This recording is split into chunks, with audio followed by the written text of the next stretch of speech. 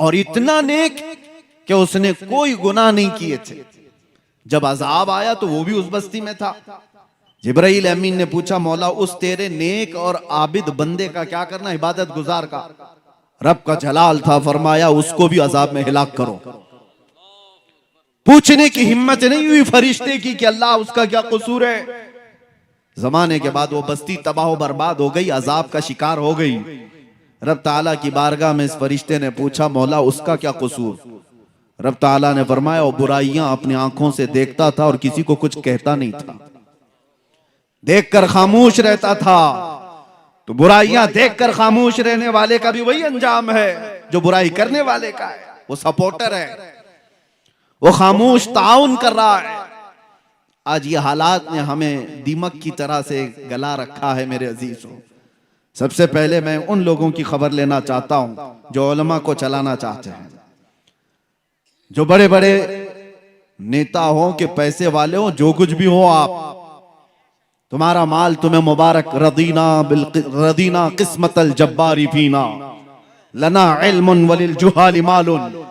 मौला अली करमल्लाहु वजहुल करीम ने फरमाया था, अल्लाह तबारक व तआला की इस तकसीम पर हम राजी हैं कि अल्लाह ने हमें इल्म दिया है, जाहिलों को माल दिया।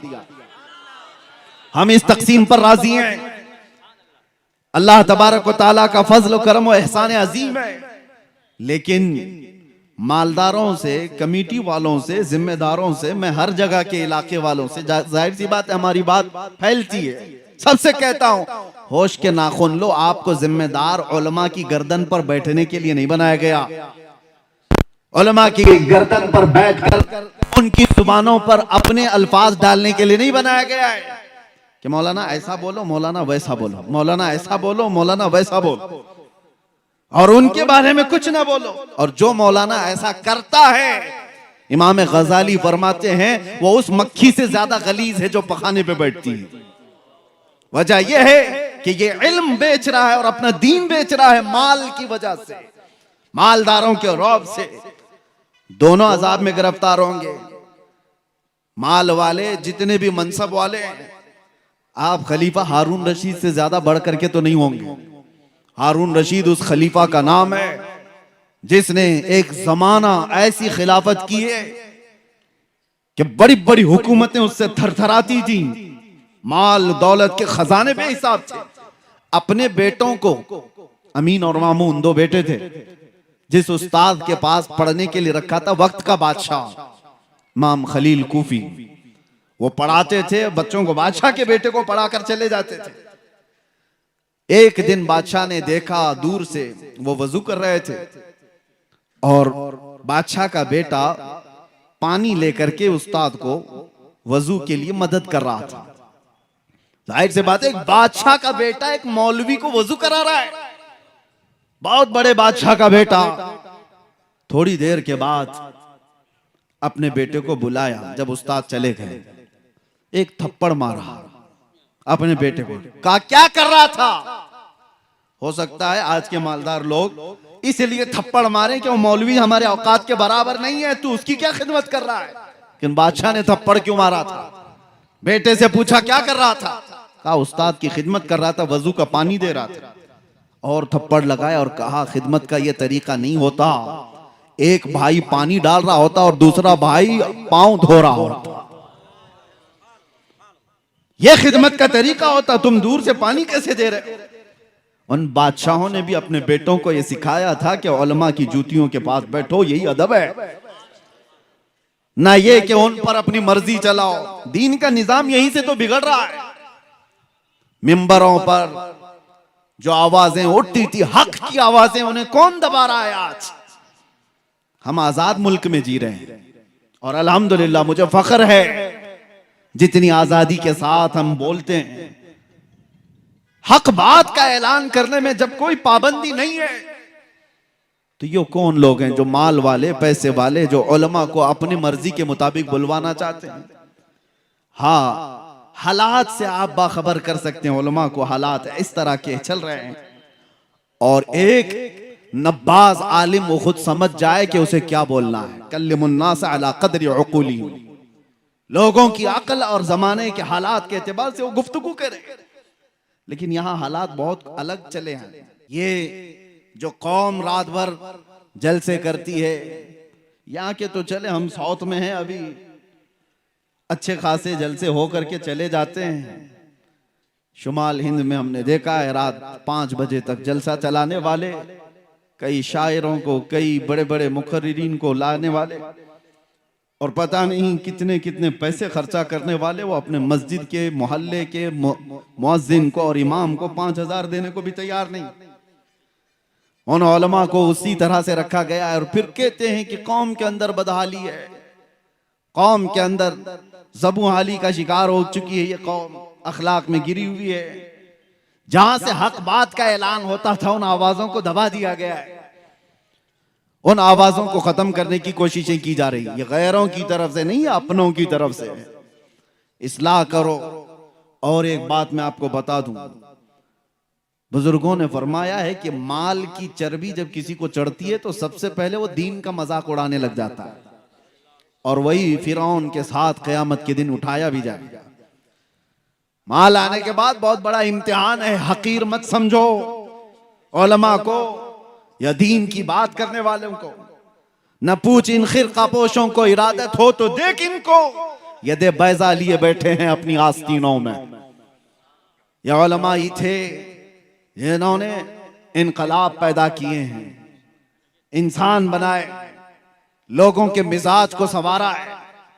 बिगड़ते हुए हालात में कौन लोग थे?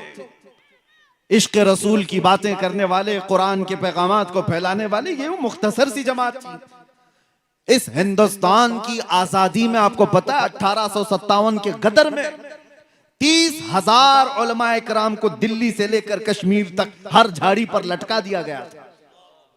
फांसी पर लटकने वाले, अंडमान निकोबार काला पानी की सजा काटने वाले, ये उलमाए ज़वील एहतराम थे, और वो हक बोलने वाले थे। जानते हो अंग्रेजों का दबदबा था, और ऐसा दबदबा था कि कोई कुछ बात नहीं कर सकता था। कोई डेमोक्रेसी नहीं थी, उनका गलबा था, गलगला था। ऐसे माहौल में दिल्ली की जामा मस्जिद से अल्लामा फजल हक खैराबादी ने फतवा सादिर किया था, जबकि उन्हें पता था अंजाम क्या होगा। और उसी अंग्रेजों के खिलाफ फतवा सादिर करने की बुनियाद पर एक तहरीक छिड़ी पूरे हिंदुस्तान में। यह 1857 की बात कर रहा हूं, 1947 की नहीं। 90 साल की मेहनत के बाद इस मुल्क को आजादी मिली। 1857 में यह छिड़ी थी उलमा के जरिए से। उलमाए ज़वील एहतराम ने जब अंग्रेजों के खिलाफ ये फतवा दिया था और कौम के अंदर बेदारी लाई थी, उसकी सजा उनको क्या दी गई है पता है? अल्लामा फजल हक खैराबादी आम आलिम की बात नहीं है, आला हजरत भी जिनका अदब किया करते थे, वो फजल हक खैराबादी काला पानी की सजा काटते काटते जेल में इंतकाल कर गए। आज भी उनका मजार अंडमान निकोबार में है। किस चीज की उनको सजा दी गई थी? हक बोलने की। और उनको सजा दे दी गई तो क्या दूसरा डर करके खामोश हो गया?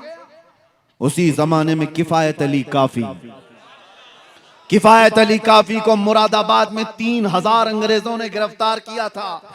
8 दिन तक उनके जिस्म पर स्त्री चलाते थे, गरम स्त्री, और जब चमड़ी जलती थी तो उस पर नमक छिड़कते थे।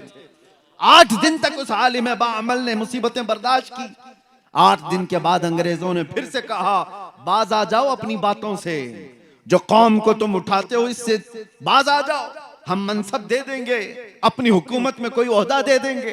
किफायत अली काफी ने कहा था, मेरा दीन इतना सस्ता नहीं है कि तुम्हारे टुकड़ों पर मैं बेच दूं।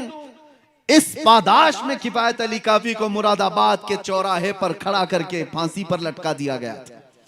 फांसी पर लटकाना ये सुनने में आसान लग रहा होगा, मजमा जमा था एक ऐसे आलिम दीन को जिसके हजारों लोग सुनने वाले थे। अंग्रेजों ने गिरफ्तार करके फांसी पर, सूली पर चढ़ाना चाहा। रिवायात पढ़ करके देखो मेरे अजीजों, रोंगटे खड़े हो जाते हैं। मैंने पढ़ा है, अरे फांसी पर जाने वाले की हालत क्या होनी चाहिए? जिस्म के अंदर थरथराहट हो, चेहरा पीला पड़ गया उन्हें। किफायत अली काफी को देखते हुए लोगों ने कहा, न माथे पे शिकन है और न जिस्म पर कोई हरकत है, मुस्कुराता हुआ वो फंदे की तरफ जा रहा है, इसलिए कि उसे पता है कसूर कुछ नहीं है मेरा, कसूर कुछ नहीं है। वो फंदे की तरफ जा रहा है। फांसी तो बहुत सारे लोगों को दी जाती है, आज भी दी जाती है दुनिया में, उनसे भी आखिरी ख्वाहिशें पूछी जाती हैं। और फांसी पर चढ़ने वाला आखिरी ख्वाहिश कुछ भी बताता है कि मुझे कुछ बिरयानी खाना है, चाय पीना है, बीवी बच्चों से मिलना है, आखिरी बार माँ को देखना है, औलाद को नसीहत करना है, आखिरी ख्वाहिशें होती हैं। उस आलिम बरहक किफायत अली काफी से अंग्रेजों ने पूछा था, हम अपने उसूल के मुताबिक पूछते हैं कोई आखिरी ख्वाहिश? उस मर्द कलंदर ने कहा था एक ही ख्वाहिश है कि लटकने से पहले एक बार नाते मुस्तफा पढ़ दूं। फिर कहा था कोई गुल बाकी रहेगा ना चमन रह जाएगा, पर रसूलुल्लाह का दीने हसन रह जाएगा। सब फना हो जाएंगे काफी वो, लेकिन हश्र तक नाम हजरत का जुबानों पर चलन रह जाएगा।